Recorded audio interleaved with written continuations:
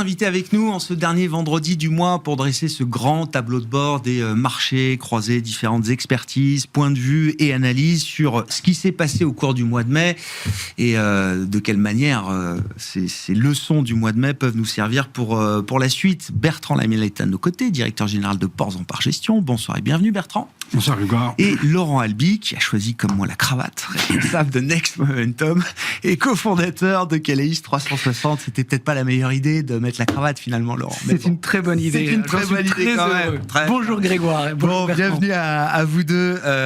Bertrand, bilan de ce mois de mai avec cette slide que vous nous avez apportée. Déjà des nouveaux plus hauts. Alors c'est vrai qu'on peut même reprendre la séquence depuis les points bas de fin mars. Le mois d'avril a été marqué déjà par un puissant rebond des indices américains, si on les prend comme référence.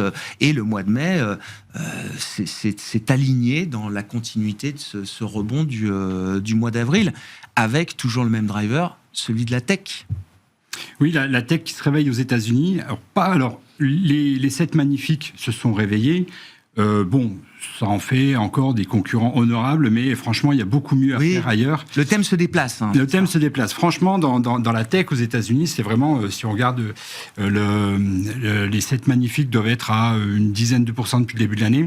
L'indice des semi-conducteurs, il est à 70% depuis le début de l'année. Ouais. Donc là, il n'y a pas match. Enfin, le match, il est... Donc le SOX, tout le monde connaît le SOX. Philadelphia SOX, donc dans lequel on retrouve des vieilles valeurs type Intel, mais aussi des Micron, des Seagate, donc des noms qu'on connaissait pas, ou assez peu, puisque vraiment sur des niches, en plus sur des dossiers ultra cycliques, c'est-à-dire c'est des boîtes qui régulièrement font des pertes. Micron est passé près de la faillite il y a quelques années. Enfin, c'est vraiment des sociétés qui ont besoin d'investir beaucoup et qui ont besoin de volume. Et donc, quand elles ont des volumes, c'est génial parce qu'elles ont des volumes, il y a de la demande et elles augmentent les prix.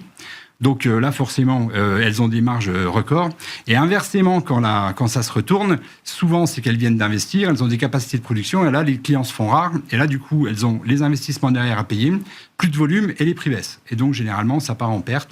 Et potentiellement, si elles n'ont pas les reins assez solides, ça part en faillite. C'est l'histoire des semi-conducteurs depuis que cette industrie existe. Et pour ceux qui la suivent, je parle d'avant, du monde d'avant, c'était comme ça, des cycles très très courts, des phénomènes de surcapacité qui obligeaient évidemment les managements à être très agiles, très flexibles dans la gestion de leur capacité face à une demande là aussi parfois très mouvante. Là, clairement, ce qui change, c'est effectivement la longueur, la profondeur des carnets de commandes qu'on n'avait pas avant. Qui offre une nouvelle forme de visibilité pour ces acteurs. Alors, je lis ça et là, ça y est, c'est plus ultra cyclique, ça devient des valeurs... Le super cycle. Voilà, ok. Donc la fin du cycle. Oui, ça, en général, déjà entendu. Les antennes se dressent et qu'on se dit, tiens, faisons quand même attention à ce qu'on fait. Ouais. Mais oui, ça marche bien. Et donc, du coup, tout ça se traduit par, on doit être sur le 20e ou 30e nouveau plus haut du S&P depuis le début de l'année. Forcément, la classique, tous ceux qui n'ont pas capté la hausse, ça va trop vite, c'est trop haut, c'est trop cher. Ça va trop vite, peut-être. Ça, je sais pas. Ça va trop haut, j'ai pas de boule de cristal, je sais pas où on va. C'est trop cher, ça, par contre, je peux vous le dire, non. Ouais. Ça, c'est trop cher. Non, certainement pas. En fait, là, le marché... En tout cas, si on pensait que c'était trop cher en début d'année, c'est beaucoup moins cher aujourd'hui. Oui, parce que on commence l'année avec des prévisions de croissance de bénéfices par action de l'ordre de 8% sur le S&P. On a les publications trimestrielles qui sont terminées maintenant, donc tout le monde a publié. Et donc, on sait que globalement, ça va plutôt être 14%. Et le score que le SPI n'a pas pris depuis le début de l'année. Donc, globalement, c'est même un peu moins cher. Donc, oui, ça peut être effrayant sur certains dossiers parce que on a des dossiers qui sont déjà à 200% de performance depuis le début de l'année. Oui. Donc forcément, si on n'est pas dedans, c'est compliqué de rentrer. Et si on est dedans, il faut quand même gérer la dérive. Mais voilà, donc oui, un marché qui repart vite et fort, mais juste se rappeler que quand on est en train de connaître des nouveaux plus hauts, ça peut paraître très provocateur, mais c'est basé sur des stats, donc voilà, c'est fondé, il faut regarder les chiffres. On est dans un univers où on a de la chance, on a un maximum de données, donc allez-y, régalez-vous, travaillez vos données, parce que je vous assure que ça vous évite de faire des erreurs. Mais investir sur des plus hauts historiques, en termes statistiques, la probabilité la plus importante est qu'on batte de nouveaux records. Exactement. En fait, un investisseur qui met de l'argent sur un plus haut historique, il a une probabilité plus importante de faire un meilleur score que celui qui attend qu'on ne soit pas sur un plus haut historique. Et qui attend le retracement. Sur des données, et ça sur des données très longues. Donc voilà, parce que là, en fait, on doit être 20e, 25e nouveau plus haut. On a des séries, en fait, quand ça se passe bien, on peut avoir 40, 50 nouveaux plus hauts dans l'année, et l'année d'après, ça continue. Donc oui, c'est... En fait, le problème, c'est un ancrage psychologique. C'est l'idée que les records sont faits pour être battus, quoi. On voit ce qui s'est passé derrière, et ça crée une encre. Et on n'imagine pas que ça puisse continuer devant, puisqu'il n'y a pas, sur les graphes, c'est pas tracé. Donc c'est là où c'est compliqué pour les investisseurs. Mais voilà, c'est pour ça que reprendre des probas historiques, regarder les moyennes, les écartements, tout ça, les écarts types, pardon, ça aide à prendre des meilleures décisions dans des marchés qui... oui, c'est malheur aux vaincus, parce qu'en fait, ça laisse pas de place aux autres. Parce que dans le même temps, ce qui est terrible, c'est que des valeurs bien sous tout rapport, qui ont fait les beaux jours du portefeuille dans le rebond de 23, 24 et 25, au tournant de l'été 2025, elles ont laissé la place à d'autres. L'exemple typique en Europe, c'est le match. Donc, il y a 2 grosses capitalisations dans la techno, c'est SAP et ASML. Jusque juin 25, il fallait avoir que du SAP. Et là, retournement, c'est que du ASML. Et donc, on a du coup SAP depuis le début de l'année qui doit être à moins 25 ou moins 30%. Ouais. Et ASML est à 50 ou je ne sais pas combien de... Un écart qui se creuse entre ceux qui sont fournisseurs de pelles, de pioches, d'infrastructures pour l'IA, les semi-conducteurs, et la partie logicielle, on en a beaucoup parlé effectivement depuis plusieurs mois, qui connaît une souffrance. Alors on verra, c'est peut-être le début du commencement de la réhabilitation du secteur des logiciels, mais jusqu'à présent, effectivement, c'est un secteur qu'il fallait plutôt éviter. Oui, donc ça, on continue à regarder, parce que le marché, en fait, il marche avec... Il y a les banques. Alors, c'était un peu compliqué, là, depuis le début de l'année. Ça calme un petit peu, mais c'est en train de reprendre, a priori. Je crois que Laurent en parle tout à l'heure. Oui, on va en parler des banques. Globalement, les fournisseurs, les pelles et pioches des semi-conducteurs, et tout ce qui est transition énergétique, qui est quelque part un peu relié à l'IA, parce que en fait, l'IA va consommer de l'énergie, et donc tous ceux qui sont sur le segment énergétique en profitent. Il faudra qu'on parle, Laurent, un peu des marchés macro, là, puisqu'on est quand même toujours avec cette crise du Golfe. On marque les 3 mois de la crise du Golfe, donc il faudra qu'on parle des marchés obligataires du pétrole, mais on peut peut-être y aller aussi sur le SOX, puisqu'on parle des semi-conducteurs. Laurent. Oui, et j'aimerais apporter quelques observations à ce qu'a dit Bertrand. J'entame les hostilités. Ouais. Alors déjà, je réfute maintenant cette appellation des 7 magnifiques, parce que Microsoft et Meta, c'est juste horrible. Hein. Donc Meta, elle a 30% de... C'est horrible que ça. Ouais, 30% de son sommet, Meta. Hein. Depuis octobre, hein. Ouais. C'était octobre. Hein. Ouais. Et Microsoft, on doit être à 25%. Ah ouais. Donc maintenant, il n'y en a plus que 5, premièrement. Deuxièmement, ces semi-conducteurs, la première fois que je suis venu sur ce plateau, j'avais apporté un graphique des semi-conducteurs qui sont en marché haussier séculaire depuis 2009. Quand on se met en mensuel, ça ne baisse jamais. C'est une tendance haussière permanente. Donc là, il y a un nouveau narratif qui est explosif, mais sur le fond, c'est pas un début de cycle. Hein. On est dans une économie, on est dans un monde numérique. Et en fait, cette intelligence artificielle, elle décuple. Elle démultiplie les besoins. Mais les semi-conducteurs, il y en avait déjà partout avant, et on en a toujours eu besoin. Ah oui, c'est l'ère de l'iPhone, etc. Toute cette industrie du smartphone a attiré, ne serait-ce que ça, évidemment cette industrie pendant le cycle précédent, évidemment. Donc voilà, donc ça c'était 2 points importants. Voilà, donc on peut continuer, mais c'est vrai que on n'est pas sur une nouvelle histoire. Ouais. On est sur une histoire qui s'amplifie en fait. Bon, alors allons-y sur le SOX. Hein, je suis désolé, mais mûr pour une consolidation, c'est le titre de votre graphique. Il n'y a pas de point d'interrogation. Pour vous, c'est le moment de faire attention.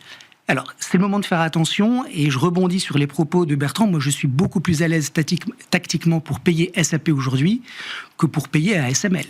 Même si je pense qu'il y a toujours enfin, je remets pas du tout en question l'histoire de l'IA. Mais tactiquement, SAP, pour moi, c'est un bargain, quoi. C'est une boîte magnifique. Elle s'est faite vraiment chahuter par le marché. Elle ne baisse plus. Elle est en train de consolider. Elle n'a pas encore redémarrer son cycle haussier, mais moi je pense que c'est maintenant qu'il faut la payer, parce que je pense pas qu'elle ira beaucoup plus bas. Et d'ailleurs, pour revenir une seconde sur encore une fois ce que disait Bertrand sur cette idée un peu provocante que quand un marché fait un nouveau plus haut, il faut le payer parce que ça va aller plus haut. Il y a qu'un seul sommet, Grégoire. Et il y a plein de sommets intermédiaires. C'est comme quelqu'un qui parierait sur la fin du monde. C'est sûr qu'il a raison, mais il aura raison une fois. Donc, et toutes les fois intermédiaires, il aura tort. Donc, ce que je veux dire par là, c'est que oui, peut-être que il va y avoir un sommet sur les semi-conducteurs. Moi, je vois pas un sommet majeur. C'est-à-dire que je ne vois pas un retournement de tendance qui fait qu'on perd maintenant 50%. Vous parlez de consolidation. Exactement. C'est pas correction, c'est pas crack. Je parle même d'opportunité. Parce que finalement, ça serait salutaire que ce SOX qui a pris 80% depuis le 31 mars, il consolide un petit peu. Quand on regarde le graphique... Là, c'est du panic buying, là, quand on voit votre graphique, là, ce moment où ça commence à devenir vertical. C'est du FOMO, du panic buying, voilà, c'est tout ça. Bon, l'idée, c'est qu'il y a effectivement en hebdomadaire une bougie qui ressemble, pour ceux qui connaissent un petit peu les chandeliers japonais, un bébé abandonné en gestation. Ou peut-être une île de retournement, c'est-à-dire que si la semaine prochaine on avait effectivement un gap baissier ou une baisse sur le SOX, on a effectivement une entrée en consolidation. Cette entrée en consolidation, c'est pas un retournement de tendance, c'est une opportunité de revenir plus bas. Et on le disait hors antenne avant le début de l'émission, c'est le retail qui a été extrêmement actif. Le retail d'ailleurs qui change de nature. Micron devient la valeur chouchou du retail, par exemple. Et le retail qui fait le marché. Enfin, voilà. Donc, il y a un petit changement par rapport à ça. Et donc, je pense qu'il y a beaucoup de gérants qui n'ont pas suffisamment participé à cette hausse sur les semis et qui seraient très heureux de voir le compartiment des semi-conducteurs. Je rappelle que le SOX, c'est environ 30 boîtes, baisser, faire un retracement. Donc, il y a beaucoup d'acheteurs potentiels, vous dites quand même qui attendent. Bah oui. Exactement, parce que ce narratif sur l'IA, il n'est pas du tout terminé, loin de là, mais là, je pense sincèrement, alors je réfute également le terme de bulle pour ce que nous sommes en train de vivre en ce moment, parce que ça n'a rien à voir avec une bulle où il n'y a pas de fondamentaux derrière. Enfin, non. Voilà, on sait bien que les bénéfices sont là. Toutefois, on peut être dans une séquence d'excès, sans parler de bulle. Et je pense que là, à très court terme, depuis le 31 mars, on est sur un excès. Et donc, tactiquement, vous dites, si le SOX consolide, perd un peu de vitesse, on va le dire comme ça, c'est peut-être le moment de revenir sur les softwares. Exactement. C'est un peu le long short à vous proposer. Exactement. C'est-à-dire que quand on regarde hier ce qui s'est passé avec Snowflake, qui est donc une entreprise de logiciels, service logiciel, plus 30%, ServiceNow, qui a été mais vraiment massacré sur le marché et qui rebondit de manière significative. AppLovin, graphiquement, elle est juste magnifique. Donc ça veut dire que quelqu'un qui aujourd'hui dirait « je suis short semi », avec un put à la monnaie, pas pour un retournement, mais pour un pullback d'environ 15%, et en même temps un call sur les softs, je trouve que ça peut être malin, dans le sens où ça changerait rien au Nasdaq, qui finalement profiterait de ces vases communicants, donc il resterait grosso modo sur ces niveaux. N'empêche qu'il y a de la perf à aller chercher, en étant vendeur d'un côté et acheteur de l'autre. C'est un mouvement qu'on attend, ça, Bertrand. C'est vrai que ceux qui sont allés sur les logiciels un peu trop tôt en ont été pour leurs frais, bien sûr, mais l'idée quand même que les logiciels vont être augmentés grâce au développement de la technologie d'IA générative ou autre, cette idée-là, elle reste quand même vraie à terme. Oui, non, mais clairement. Et sachant que l'IA chez les logiciels, chez SAP, ça existe depuis un moment. Typiquement, je découvre pas l'IA, oui. Non. Typiquement, j'imagine que comme beaucoup, les notes de frais, vous les faites sur concours de SAP, vous photographiez la facture, il est capable d'aller vous dire dans n'importe quelle langue où est le prix, ce que c'est. Enfin bref, donc il y a une véritable.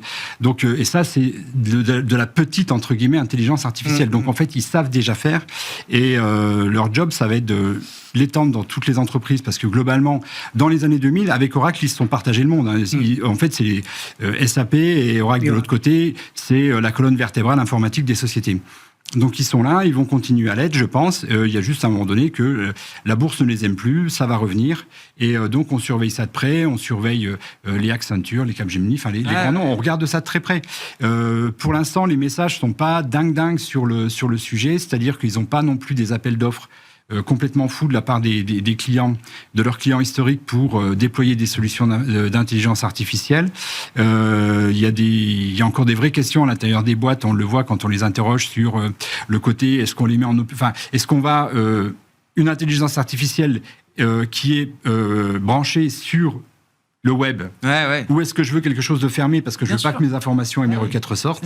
Donc voilà, il y a encore des sujets de cet ordre-là, mais ça va revenir. Donc on est aujourd'hui dans un moment qui n'est pas normal au sens statistique du terme. Le fait que le marché marche sur trois thématiques, qu'il ait délaissé quasiment plus de la moitié de la cote, on sait bien qu'à un moment donné, ça va revenir. Donc les rendements qu'on a en ce moment, pour ceux qui étaient assez tôt sur ces thématiques-là, on met 10 points, 15 points au marché.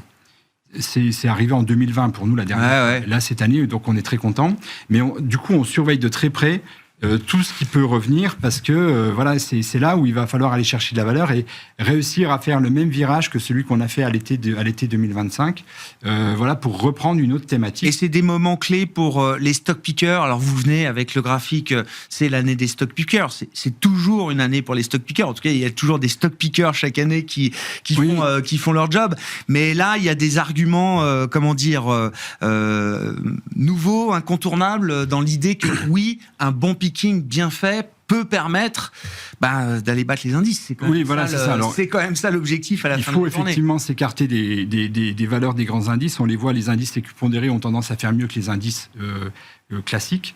Donc pas sur les 2 derniers mois là. Le Nasdaq. Le Nasdaq a repris. Écrase quand même le S&P. Parce que les 7 magnifiques pondérés écrasent les couilles pondérées. Mais oui. Mais parce que les 7 magnifiques qui étaient vraiment à la rue sont revenus un peu. Bon, je suis d'accord. Les 7 magnifiques vont probablement pas être en haut du palmarès à la fin de l'année. Non, elles font le marché. Il y en a plein. C'est ça. Donc oui. Il y a ce qu'on appelle les queues de distribution, c'est-à-dire que dans les extrêmes, il y a beaucoup de monde. Et alors, la moitié à peu près de la cote est dans des environnements moins 10, plus 10. Plus 10, moins 10, c'est ça. Par contre, sur les extrêmes, il y a beaucoup de monde, plus que d'habitude, et surtout avec déjà des performances énormes. C'est-à-dire, en Europe, sur les valeurs éligibles PEA, il y en a 776. Dans celles qu'on suit, il y en a 50 qui sont déjà à plus de 50% de performance. C'est énorme. On n'est que fin mai, 50%. Et quand je vous dis 50, c'est la 50e. La première, elle est à 576% de performance. Donc, vous voyez, il y a et donc, forcément, si vous arrivez à en cocher 2 ou 3, en fait, il suffit d'en avoir 2 ou 3, et pas sur des pondérations énormes. Si vous avez assez rapidement vu ces valeurs, et même tardivement, Nokia, nous, on en parlait la dernière fois, Nokia, on est rentré tardivement. Elle avait fait 100% depuis le début de l'année. On est à 160%. J'ai pas capté les 100 premiers, mais j'ai gagné les 60 d'après. 60%, c'est un rendement dingue. Bien sûr. Surtout sur un moment aussi rapide. Toute la difficulté, c'est de rentrer après 100%. Exactement. Oui. Et en fait, le sujet, il est là. Le sujet, il est là, c'est que ces performances extrêmes, en fait, elles ont tendance, vous êtes comme les lapins dans les phares d'une voiture, tétanisés, à pas pouvoir y aller, c'est trop haut, j'attends que ça revienne, et sauf que en ce moment, ça revient pas. Laurent, on parle des 2 grands drivers macro, là, le pétrole et les obligations américaines, ou le taux à 10 ans américain. Je le disais en introduction, alors j'essaie de trouver les mots justes pour le dire, puisqu'on attend une prise de décision de Donald Trump sur un Memorandum of Understanding, un protocole d'accord qui doit permettre d'étendre la trêve, de rouvrir Hormuz, de traiter ou de se donner le temps de traiter la question du nucléaire. Bref, tout ça reste évidemment assez flou, mais comme je le disais, chaque jour qui passe quand même fait monter cet espoir dans le marché. Alors il y a le thème de l'IA sur les actions, mais sur les marchés macro, ça commence à se voir. Qu'est-ce que vous dites là, graphiquement, du pétrole Brent revenu dans la zone des $90? En fait, on est vraiment dans une situation intéressante, et c'est pour ça que beaucoup de gens ont raté le rallye du 31 mars, parce que le marché a payé la désescalade très très en avance. Quand vraiment il n'y a pas beaucoup de faits pour que ça soit avéré, mais c'est vraiment une croyance. Et le marché a toujours eu un biais optimiste vis-à-vis de la résolution de ce conflit. Très tôt. Alors, on est, pour moi, dans la danger zone. Pourquoi ? Parce que, d'abord, vous le savez, Grégoire, on est dans une corrélation très forte entre les taux longs et le pétrole. 1 pour 1, quasiment. C'est quasiment le même graphique. Bon. Qu'est-ce qui s'est passé ? Il y a eu un choc géopolitique qui a gelé les marchés, particulièrement en Europe, pas aux États-Unis. Et ce qu'on voit, c'est que le pétrole n'a pas beaucoup baissé, il a consolidé, et les actions, elles ont continué de monter. Bon. elles ont continué de monter, surtout aux États-Unis. Pourquoi ? Parce que mon interprétation, ma lecture, ma proposition, c'est que finalement, assez paradoxalement, l'IA est devenue une espèce de canal étanche. Un refuge ? Oui, voilà, un refuge. Enfin, ça me paraît fou de dire que l'IA est un refuge. Il y a à la fois, il y a à la fois les perspectives que ça offre et le fait d'être totalement décorrélé de la situation géopolitique dans le Golfe. Donc c'est un double, le double effet qui se coule, quoi. Et double effet qui se coule. Alors que s'est-il passé ? Vous l'avez dit, depuis le 31 mars, 80%, je ne sais plus si c'est vous, Bertrand, 80% sur le SOX. Ouais. Bon. Donc le SOX, il prend 80%, et aujourd'hui, le pétrole revient sur une zone énorme d'achat, théorique en tout cas. Donc ça veut dire que si le pétrole repart, les taux repartent. Et si le pétrole et les taux repartent, qu'est-ce qui se passe avec le SOX ? Il ne va pas encore prendre 80%. Donc ça veut dire qu'il a réussi à prendre 80% en faisant fi de la géopolitique, sauf que maintenant, si le pétrole ne casse pas cette zone à 91-94 et qu'il repart à la hausse, moi, je pense que ça va piquer, parce que ça veut dire que les taux longs aux États-Unis, ils vont repartir à la hausse. Et là, je ne pense pas qu'il va y avoir le même engouement, parce qu'on n'est pas sur les mêmes niveaux qu'à la fin du mois de mars. Donc, c'est pour ça que je dis danger zone, parce que de mon point de vue, on est vraiment sur ces deux marchés, sur un niveau de tension où si ça se retend, le SOX... On a beaucoup dit deux mondes qui s'ignorent, entre les marchés obligataires, le pétrole et les actions de l'autre. Vous dites, là, peut-être si moins on avait un rebond des taux et du pétrole sur les zones atteintes, peut-être que là, les deux mondes finiraient par ne plus s'ignorer. Ouais, c'est ça. Exactement. C'est pour ça que ça va être particulièrement intéressant de voir ce qui va se passer sur Et là, c'est quoi sur le pétrole ? C'est 50-50 alors, sur cette zone-là ? Ça peut rebondir comme ça peut casser ? Alors, moi, je suis analyste technique. Donc, je me fie au pape de l'analyse technique, Charles Dow, qui dit... Tant que vous n'avez pas la confirmation que la tendance s'est retournée, vous restez dans la tendance parce qu'il n'y a qu'un seul sommet et il y a 50 sommets intermédiaires. Donc, statistiquement, ça paye d'acheter le dernier plus haut. Parce qu'il y en aura évidemment un, mais vous pouvez jamais savoir qui c'est. Or, franchement, puisque techniquement, on est sur une zone de polarité, c'est-à-dire cette énorme zone à 90 qui avait été une zone de résistance qui a été dépassée, maintenant, bêtement, techniquement, c'est une zone d'achat. Donc, ça veut dire qu'à moins qu'on ait un vrai changement de consensus, et ça peut arriver, par ce Memorandum of Understanding. On est soumis, comme on le disait hier, aux articles d'Axios et aux décisions de quelques hommes forts, mais de ce point de vue-là. Même si on cassait cette zone, on n'ira pas en dessous de 80 pour moi. D'abord, parce qu'il va falloir remettre en place toutes ces infrastructures. On ne revient pas aux 60 ou 70 dollars de début d'année. Et c'est la même idée, donc j'imagine, sur les taux 10 ans américains. On est vraiment sur le niveau d'une nouvelle tension potentielle. Et si cette tension... Parce que c'est vrai que finalement, c'était assez incroyable de voir ces taux se tendre partout et de voir les semis, mais alors ignorer superbement cette histoire. Je pense que là... Compte tenu en plus des capex qui sont importants et des valorisations qui commencent à être importantes et de la performance du rallye qui l'est également, si on repart à 4,60 ou 4,80, je pense que les investisseurs ils vont être moins excités à l'idée de revenir tout de suite sur les semis. Donc attention. Si on se place dans l'hypothèse d'une stabilisation ou d'une résolution temporaire du conflit avec réouverture d'Ormuz, et on voit qu'il y a un petit filet d'une dizaine, vingtaine de navires qui arrivent quand même à franchir les blocus, le blocus iranien, le blocus américain depuis quelques jours maintenant, chaque jour. Qu'est-ce que ça ouvre comme perspective pour les marchés boursiers C'est quoi le trade de réouverture ? Est-ce que ça peut être un sell the news important ? Est-ce que ça peut participer à la consolidation du secteur, du thème de l'IA à travers le secteur des semi-conducteurs ? Ou est-ce que c'est un thème qui reste immune à cette situation ? Et qu'est-ce que ça peut ouvrir comme type d'autres opportunités ou potentiels ? Je pense que c'est les valeurs de défense. Les valeurs de défense, c'était une thématique très porteuse en 2024-2025. Et globalement... Jusqu'à l'été 25. Après... Tout le monde participait. Et à partir de l'été 25, encore une fois, ça a été... Objectivement, je m'en suis pas rendu compte à l'époque, et avec l'équipe, et là, c'est en regardant dans le rétro, on s'est dit, quand même, c'est passé un truc. Il y a eu un truc. Parce que là, typiquement, dans les grands perdants, qui explique que c'est compliqué de faire de la perf, c'est qu'il y a Rheinmetall, par exemple. Rheinmetall, c'était la star de la défense. On est à moins 25 ou moins 30 depuis le début de l'année. Alors même que voilà, ça va continuer, les commandes vont rentrer, qu'on n'a toujours pas les détails du plan de relance allemand. Si on il répète régulièrement qu'il veut, la dernière en date, c'est première armée européenne. Donc on voit bien que voilà, il y a des choses qui vont se passer, mais ça ne suffit plus. Le marché maintenant veut voir rentrer du carnet de commandes. Enfin, il est très exigeant. Et en fait, dans la défense, les valeurs, les grands noms, c'est compliqué. Enfin, c'est très compliqué si on s'appelle Rheinmetall. Si on s'appelle Leonardo, ça passe limite. Par contre, nos stars françaises, Exail et Exosense, eux, ça fonctionne très bien parce que en fait, ils partent avec des chiffres d'affaires plus petits et eux, ils sont en train de faire deux choses. Jusqu'à présent, c'était une expansion sur les géographies. Je vais faire du business avec un nouveau pays, donc j'arrive à rentrer, à montrer patte blanche, à rentrer. Dans la défense, c'est pas évident. Donc ça, c'était le narratif sur ces sociétés-là. Et là, en plus, vient se doter le fait de j'étends un peu mon domaine d'activité.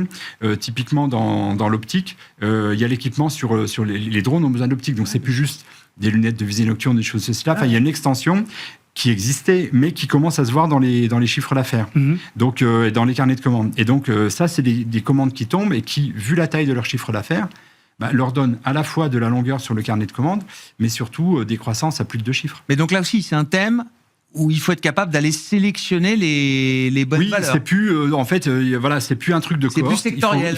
Il faut vraiment prendre à l'intérieur de ça. Donc du coup, il est et ça peut repartir nos valeurs de défense, Rheinmetall, Thales. C'est des retournements quand même qui sont là pour le coup. Qui abîment un peu la tendance. La tendance. Le marché paye l'IA à des années-lumière sans se poser de questions. Oui, on verra comment on paiera SpaceX le 12 juin, mais à 100 millions, à 100 fois le chiffre d'affaires. On sent déjà l'enthousiasme monter. Par contre, là, quand il y a des pouvoirs publics, des décideurs publics qui mettent sur les rails des stratégies de réarmement, c'est quand même le sujet, avec des budgets qui vont avec, le marché n'est pas si convaincu que ça. Sur le papier, ça fait moins rêver. Ouais. Alors, c'est des boîtes qui ont connu un re-rating important, il faut le dire, depuis le déclenchement du conflit en Ukraine, l'augmentation des budgets des membres de l'OTAN, etc. Il y a eu un re-rating énorme sur ces valeurs-là. Et puis, peut-être quelque part aussi le sentiment que on voit quand même que la façon de mener un conflit a changé.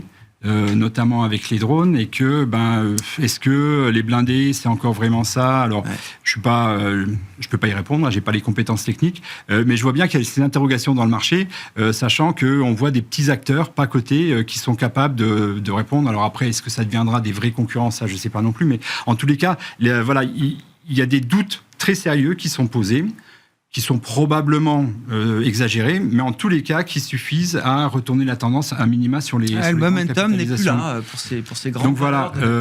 Après, Hormozy, on ne peut que le souhaiter parce que notamment, on sait aussi que il y a un désordre sur les chaînes d'approvisionnement. Bon, depuis la Covid, on y est habitué. Donc chacun essaye de se débrouiller, mais il faut pas que ça dure trop longtemps. Donc en fait, ça éviterait de voir arriver des problèmes là où on n'en voit pas pour l'instant.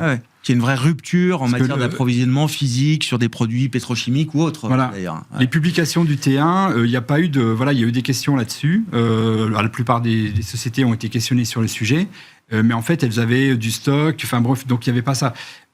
Question du T2, qui vont arriver en plus pendant l'été. On sait que c'est une période qui est un peu moins sympa statistiquement sur les marchés.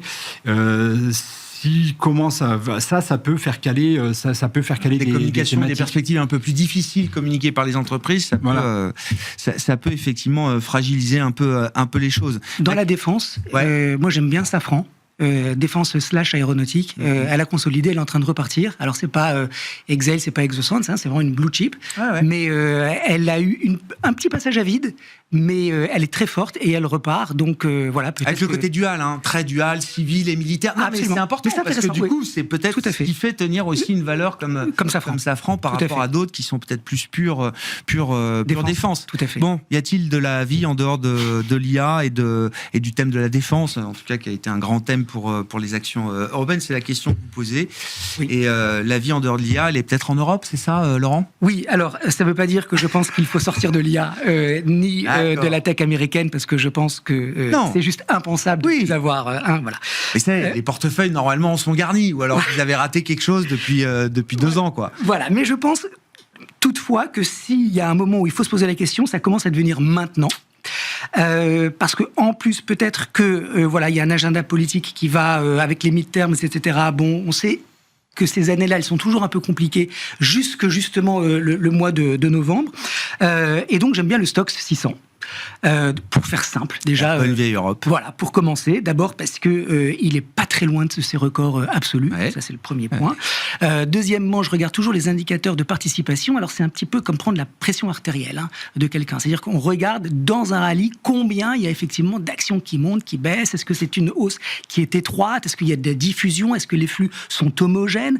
Et sur le Stoxx 600, ça commence à devenir joli, puisque j'ai un graphique où on voit que le pourcentage d'actions du Stoxx 600 au-dessus de leur MM50, c'est 70%, et ça monte. Donc c'est plutôt un facteur encourageant, c'est constructif, on va dire. Ça va dans le bon sens, quoi. Ça va dans le bon sens, exactement. Et quand on regarde la ligne avancée moins déclin, elle aussi, elle est dans une ascension. Donc ça veut dire qu'il y a plus d'actions finalement qui clôturent chaque soir que d'actions qui reculent. C'est ce qu'on veut voir. Si on n'avait pas ça, je dirais attention, parce que c'est peut-être une hausse qui se fait avec certains acteurs, mais finalement, il n'y a pas vraiment d'intérêt. Mais la participation, ça montre vraiment, est-ce que les investisseurs regardent tous les dossiers? Est-ce qu'ils cherchent? Est-ce qu'ils sont actifs? Ce serait pas incohérent. Enfin, je colle ça à l'actualité autour d'Ormuz, mais c'est vrai qu'on a beaucoup raconté que l'Europe était une des zones qui souffrait le plus du blocage d'Ormuz du fait de sa dépendance énergétique. Il faut pas regarder ça du prisme franco-français, bien sûr, mais pour le reste de l'Europe. Mais Grégoire, on est vraiment dans un moment unique, parce que quand on regarde les émergents qui n'ont pas souffert, enfin, c'est surtout encore l'IA qui porte le MSCI Emerging Market. Parce que on parle de la concentration sur le marché américain, mais il faut regarder ce que c'est qu'à Taïwan et c'est fou, c'est pire. Donc c'est pas que l'Europe qui souffre.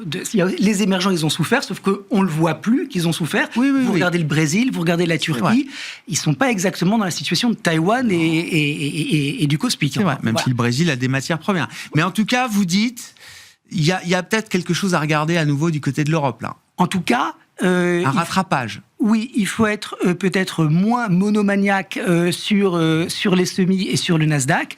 Peut-être prendre un peu de bénéfices sur ces marchés et commencer à réallouer sur l'Europe, parce que je trouve qu'effectivement, il y a des belles boîtes. Bon, et vous êtes assez d'accord, d'ailleurs, je crois, Bertrand et Laurent, sur les thèmes qu'il faut jouer. Vous l'avez signalé en début d'émission, Bertrand, le thème des banques, là, par exemple. C'est vrai qu'on en parle moins, on en a beaucoup parlé, parce que depuis la Covid, je le rappelle, c'est quand même le secteur qui a tout emporté en Europe et qui a surperformé très largement. Mais c'est vrai que depuis notamment le début de l'année ou le début du conflit, c'est un secteur qu'on a un peu moins vu en haut des charts. Oui, parce que les banques de mémoire, ça doit être une vingtaine de % de performance en 2023, 30% en 2024. Ouais. Je veux dire, on vient de faire 50-60% en 2 ans. Bon, 2025... 89%. Donc ça, on l'avait pas vu venir, ça accélère. Donc là, cette année, oui, c'était ce qu'on appelle une pause. Enfin, globalement, ça redistribue un petit peu. Il semblerait que ça revienne un peu, parce que de toute façon, les résultats étaient bons. On a regardé les sujets forcément de très près sur le risque. Est-ce qu'il y avait des défauts de paiement, des choses comme ça? Ça augmente, mais pas significatif. Et en tous les cas, on n'a pas vu de discours alarmiste des banques là-dessus. Elles semblent de plus en plus immunes, justement, les banques, par rapport à tout le... elles ont acheté le bon risque, je sais pas, mais en tous les cas, ça va. Puis globalement, en tous les cas, pour les sociétés cotées, ça va plutôt bien. Donc ça reste d'actualité. Et puis les banques aux États-Unis, avec les IPO, c'est pas mal aussi. Ah mais non, mais... Effectivement, derrière, oui, on l'a vu, les divisions CIB ont bien fonctionné, donc... Non, ça va plutôt. Des modèles robustes. Pour le coup, on parle de résilience.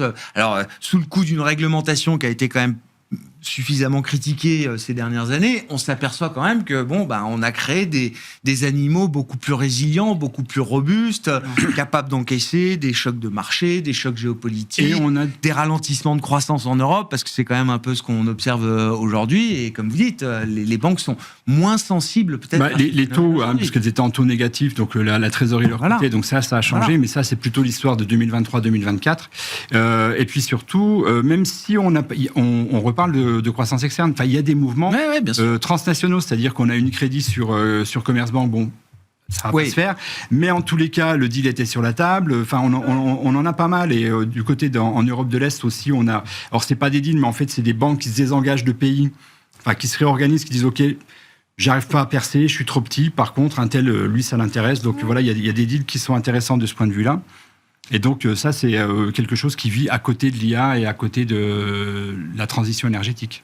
Il nous reste 3 minutes, Laurent. Vous êtes d'accord là sur les banques, vous avez le stock 600. Techniquement, on a un signal qui est en gestation, qui est sur le point d'être donné, c'est-à-dire des flux qui reviennent. Faut pas oublier que les banques, elles rachètent leurs actions, qu'elles payent de beaux dividendes.